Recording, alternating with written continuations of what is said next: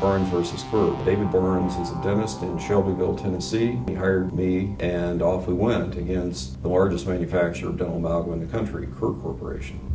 What they did was present evidence that their warning was adequate. Kerr's warnings are published in material safety data sheets that they're required to distribute with their product. But the warning essentially said that mercury is a neurotoxin, and it was at least arguable that all the things that Kerr was warning about happened to Barnes. So Kerr's position was, this is a dangerous product, we told you it's a dangerous product, and the case ought to be dismissed because you've been adequately warned. Okay, little history here. When dentists go to dental school, they're taught that mixed dental amalgam is completely inert. And so when a dentist goes in to grind out an amalgam filling, he is creating tremendous quantities of mercury particulate. The particulate is bound to the other constituents of amalgam. But Barnes was absorbing tremendous amounts, thousands of micrograms of mercury a day, and ultimately began to suffer very predictable consequences. Back to our case, Kerr tells us its warning is adequate. We say, no, it's not. The vast majority of the mercury going into his system is from this mixed dental amalgam. And it was. And I don't think anyone argued with that.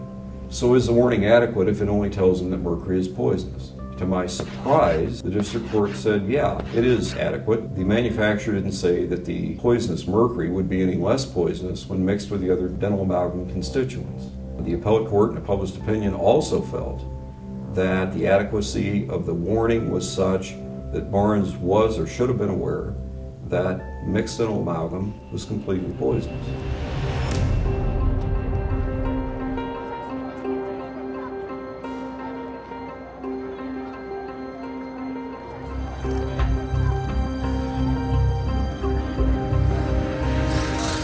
Well, it's a filling and it's made out of metal.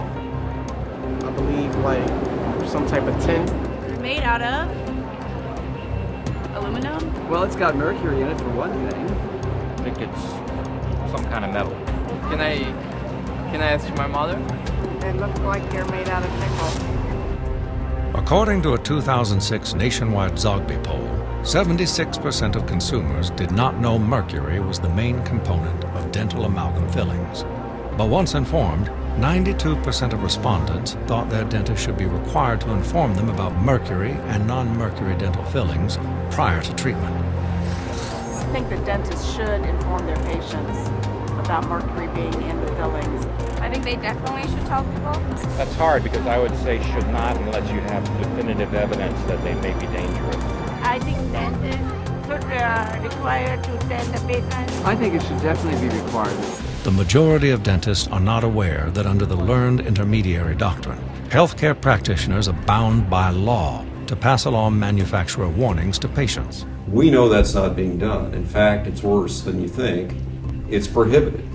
If they do pass along these warnings, they are accused of violating the Model Ethical Code published by the American Dental Association, and in fact are prosecuted by dental boards of the 50 states. And those prosecutions have not only occurred, they are continuing to occur today. I've got 5 of those cases in my office right now. Dentists are brought in, attacked, written letters for doing nothing more than warning the American public, their patients and prospective patients, that mercury presents a risk of harm, just like these warnings from Kerr say. The results of the poll also indicated that 77% of people do not want mercury fillings and would be willing to pay more for an alternative. I'd rather pay a higher cost instead of getting mercury inside my system. Mercury is not good for your health. Yeah, I would rather pay more money. Since I've done the lower cost with 50% mercury my whole life, I would have to say that's probably what I would do. Sure, I'd pay more money to make sure that there's no mercury in my fillings. Yeah, I think I would pay more money. Before this interview thing, I probably would have got the cheaper one if someone told me that. 69% of those polled support a ban on mercury amalgam fillings for pregnant women and children. I think it should be banned because pregnant women take something and it goes straight to the baby. This is banned. I think mercury should be banned for pregnant women and children, and most of all, everybody. I think they should be banned for everyone.